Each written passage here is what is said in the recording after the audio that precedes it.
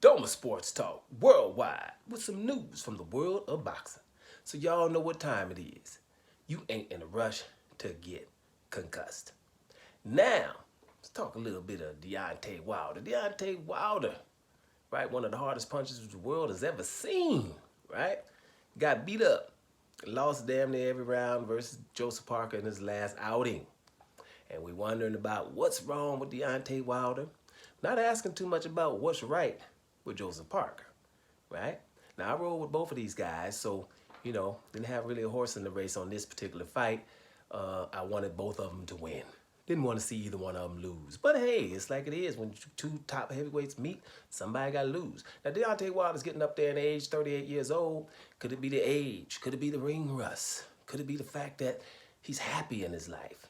You don't have that killer instinct, which he was kind of touching on a little bit.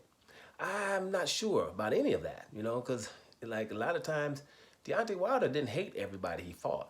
You know what I mean? Deontay Wilder liked a lot of people he fought. Like, for example, he liked Lewis the Real King Kong Ortiz, but he still had to knock him out.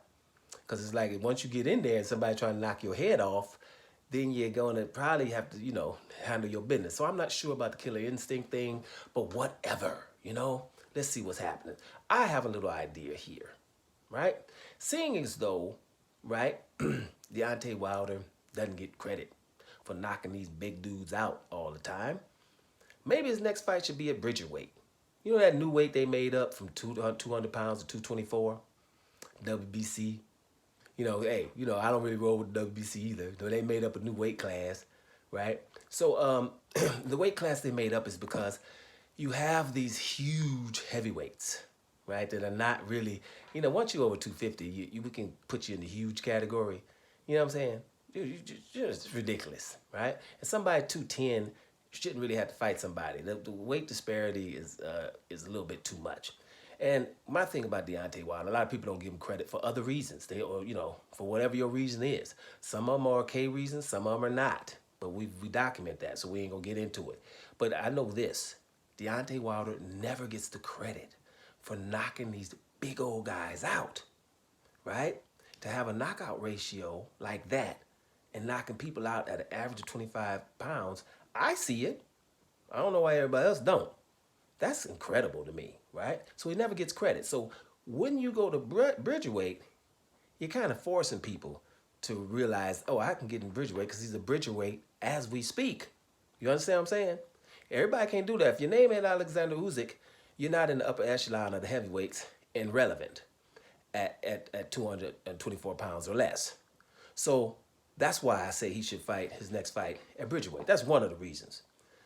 Another reason is just push the message home how small he is. Damn, he can fight at this other weight? Yeah, he's that right now. That's another reason. I'll give you another couple of reasons. Look at this. We got people with Bridgerweight going to say, well, Bridgerweight is new. Well, that don't really count and all that. Well, let me tell you what does count. Some people be counting the IBO and the IBA sanctioning bodies.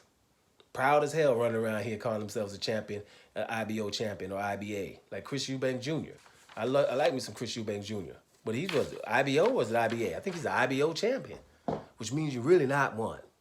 We got regular champions, which means you're really not one. You know what I mean? So we got those things running off. We had a franchise champion, which means you're really not one. You understand what I'm saying?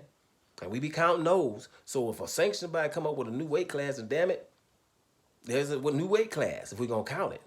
Give you another example. Manny Pacquiao. How many division champ is Manny Pacquiao? What do you hear every time you hear Manny Pacquiao's name? Do you hear 5 division champion?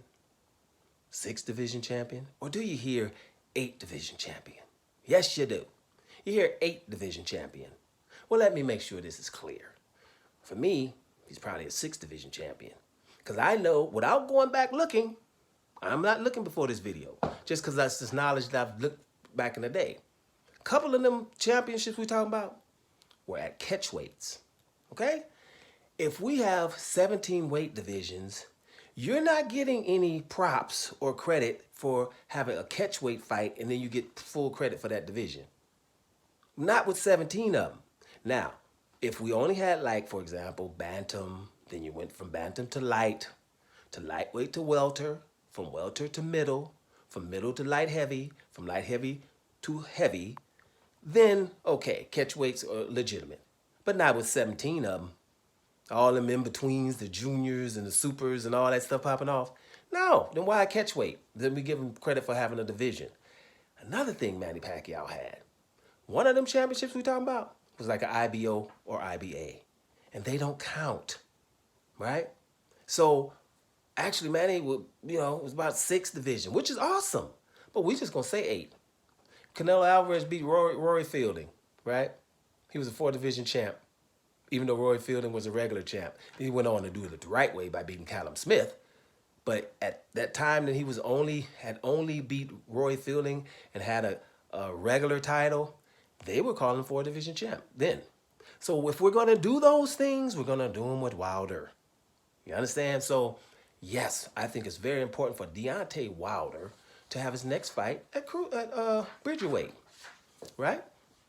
Because then that just like put it home. That gives him a couple of stay busy fights, get himself back in order, and fighting people his size for a minute, and get some credit, another division. And shoot, Alexander Usyk should do it too, right? Right after he beat up Tyson Fury, go on down to Bridgerweight and get you some more credit.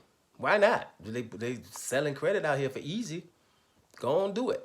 Not saying that you're gonna go down to Bridgerweight and you're gonna beat all them people, because the speed advantages you have versus these heavy guys, that's probably not gonna be there anymore. But still, the weight disparity won't be there either.